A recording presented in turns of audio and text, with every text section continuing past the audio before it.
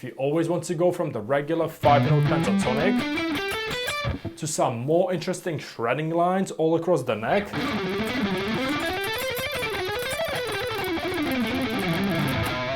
then that's exactly what this video is all about. And let's first start with who or what are modes. Well, they're just variations of the same major scale, but just starting from a different note within that same scale. Let me explain. If you take the regular C, D, E, F, G, A, B,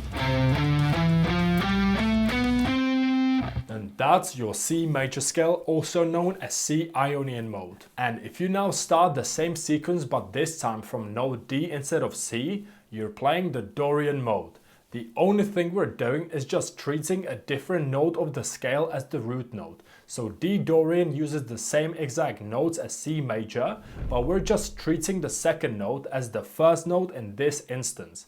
And in order to follow the 3 notes per string pattern, we bring everything to the right.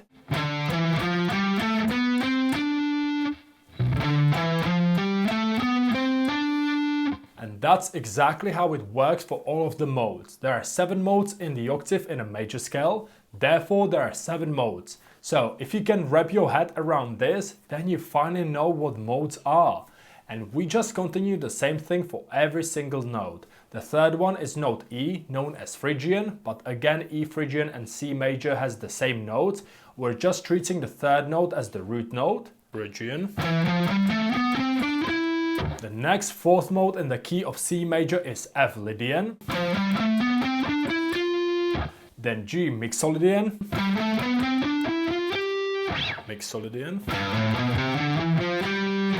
A Aeolian, also known as A minor.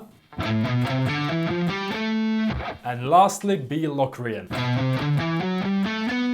And that's all there is to the 7 modes of major scale. And this applies to any key. Let's say we're in the key of G major. Then the order of the mode stays the same, starting with Ionian, also known as the major scale. Then it's Dorian, Phrygian, Lydian, Mixolydian, Aeolian, also known as the minor scale, and lastly Locrian. I understand that it can make sense on the theoretical level, but the challenge now is how to actually memorize all of those 7 shapes across all 6 strings. So here is a much simpler method where the only thing you've got to remember is these 7 groups over 2 strings. In G major, group number 1 starts here, group number 2, group number 3, group number 4, group number 5, group number 6, and group number 7. And then we're back to group number 1. As we're only dealing with 7 groups / modes, then once you become solid on those, the formula is always the same. 3, 2, 1, 2, 1, 7, 1, 7, 6. So Ionian is the first one and it goes as 1, 7, 6. Dorian is second one, so it goes as 2, 1, 7. Phrygian 3, 2, 1. Lydian 4, 3, 2. Mixolydian 5, 4, and 3. Aeolian 6, 5, 4. Locrian 7, 6, 5.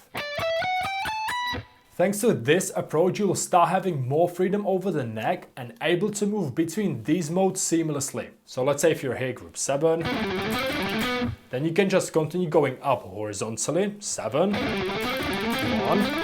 2, or you can just continue going down vertically. Also, the second advantage of approaching it this way is that you will notice there are 3 major modes, 3 minor modes and 1 half diminished, which you can always spot by having a look at the third interval. So if on the first string you do a big stretch, it's a major mode. If you do a smaller stretch, it's a minor mode. So Ionian is major, Dorian minor, Phrygian minor, Lydian major, Mixolydian major, Aeolian minor, and Locrian half diminished. Approaching it this way will help you massively also when songwriting, because you can always swap the modes for their chords. Ionian major, Dorian minor, Phrygian minor, Lydian major, Mixolydian major, Aeolian minor, and Locrian half diminished. And thanks to it, it'll become much easier next time you're songwriting.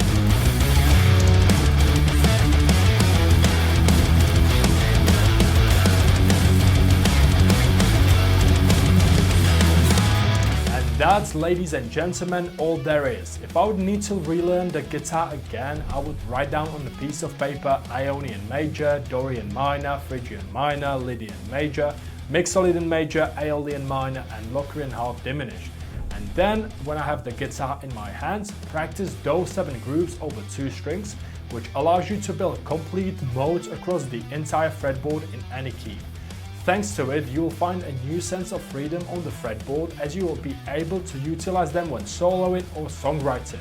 So I hope you've enjoyed this lesson, and if you're currently stuck and looking for ways how to get your playing to that advanced level, then make sure to check the first link in the description. Don't worry, there is no webinar, free training, no need to hand over your email, none of that. It's just a video of me telling you how I can help you to get there. In full transparency, it is designed to sell you something. I'm not going to pretend like it's not.